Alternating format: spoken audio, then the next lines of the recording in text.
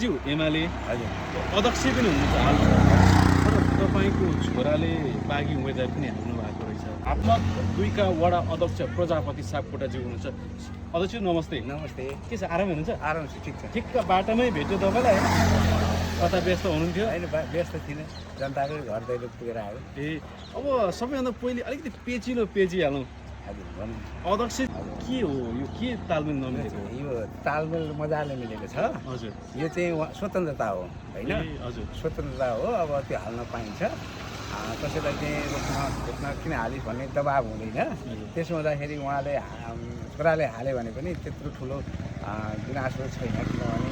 उहाँले हाल्नुभयो अब किन हालेको यताउति अब भन्ने कुराहरू आउँदैन उहाँ अब छोरालाई पनि बधाई छ भन्छु ए होइन बाबु छोराकै अलिकति सल्लाह चाहिँ मिलेरै यसो भएको हो कि अनि यो त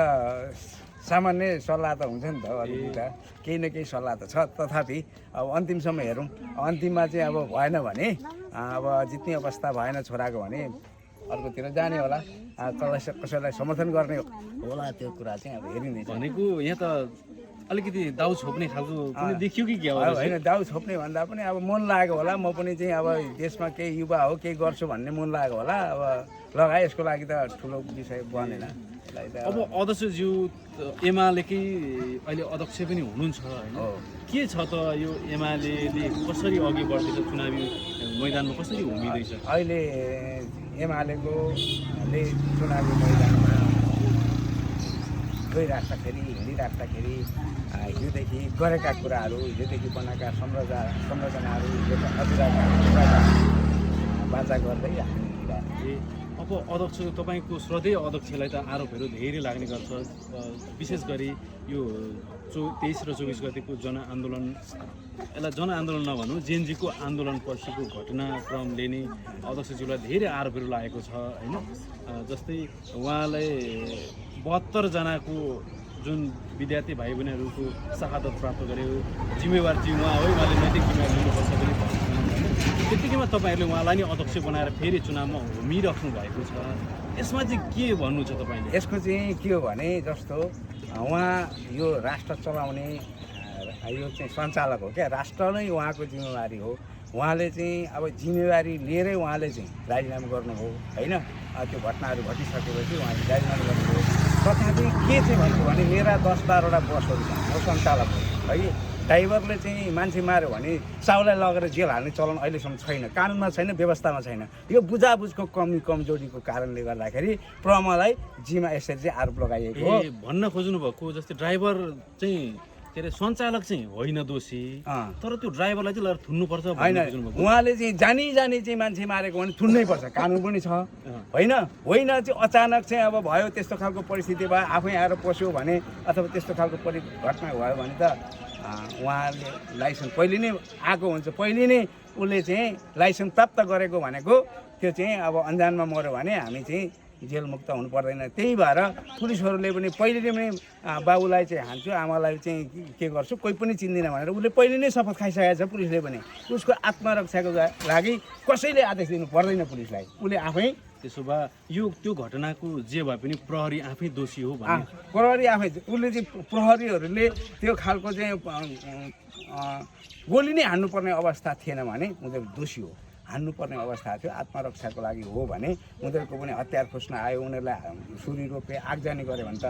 त्यसलाई चाहिँ रोक्नु त पर्यो नि त कम्तीमा पनि किताब बोकेका विद्यार्थी ड्रेस लगाएका विद्यार्थीहरू थिए होइन विद्यार्थीहरूलाई कसले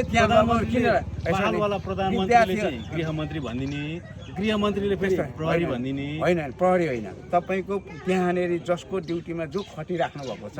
उहाँहरूले त आत्मरक्षाको लागि त्यसको सुरक्षाको लागि बसेको हुन्छ नि तपाईँको लागि तपाईँको घरमा कसैले राख्नु भएको छ कोही आउँछ टुटफुट गर्न उसलाई मार्ने अवस्था भयो मर्ने अवस्था भयो भने त एकछिन त्यो चाहिँ गर्छ नि त त्यो कुरा त्यसमा त्यो पहिलो दिन गरिहाल्यो भोलिपल्ट त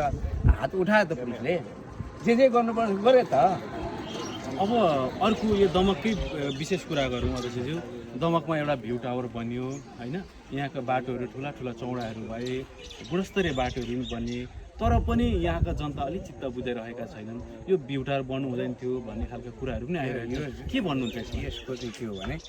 यहाँ विकास भएका कुराहरू जति पनि हाम्रा पार्टीका नेकपा एमालेका मान्छेहरू छन् यो यस्तो विकास भयो यहाँ यसरी चाहिँ यो गरेको यहाँ चाहिँ हस्पिटल बनाउनुपर्छ यहाँ चाहिँ यो बिजनेस टावर हो भ्यू टावर मात्रै होइन यी ठुल्ठुला बाटा भएपछि यहाँ विकास भयो यति हामीले हाम्रो नेकपा एमालेको प्रधानमन्त्रीज्यूले यति काम गर्नुभयो यता चाहिँ यहाँ रत्ता पुल थिएन उ त्यहाँ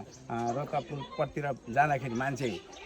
बाढी आएको बेला कतिखेर बगाएर कति गए कति गाडी पनि पुरिए यस्ता घटनाहरूलाई पनि जोड्न नसकेको कारण मान्छेलाई भन्न नसकेको कारण खोजेको तपाईँहरूले भएको विकासको चाहिँ जनतालाई यो भयो भनेर भन्न नसक्नु भन्न नसकेको कारणले आफैमा एउटाले अर्कोलाई आरोप लगायो अर्कोलाई आरोप लगायो त्यसमा चाहिँ मान्छेको दिमाग पनि त्यो चाहिँ के हो भन्ने कुराहरू अध्यक्षज्यू अब तपाईँले एनालाइसिस गर्दाखेरि यसपालि चाहिँ यो झापा क्षेत्र नम्बर 5 मा कसले बाजी मार्ला कति मतअन्तरमा फरक पर्ला यो 20,000 भन्दा कमले मतदान फरक पर्दैन 20,000 भन्दा माथि मतदान फरकले एक चुनाव जित्नुहुन्छ है पक्का हो नि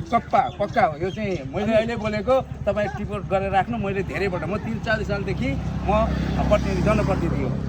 अस्ति म यही 74 साल यो 75-79 सालको चुनावमा सबै पार्टी मिलेर एउटा उम्मेदवार उठाए हाम्रा साथीहरूले पनि एउटा मेरै वडा सदस्यलाई बागी उम्मेदवार उठाए हो तथापि अहिले पनि त्यो अवस्था छ चुनाव मजाले जितिन्छ यसमा ढुक्क रहँदा हुन्छ मजाले त्यतिसम्म हल्ला गर्नु पर्दैन हल्ला गर्नै पर्दैन आरामले जित्नुहुन्छ अहिले चुप लगाएर सुते पनि जित्नुहुन्छ किन जित्नुहुन्छ भने यहाँका बाटा घाटा प्यासा होइन उहाँले गरेका विकास योजनाहरू हेरेर मान्छेले भोट जे भए पनि भोट दिनुहुन्छ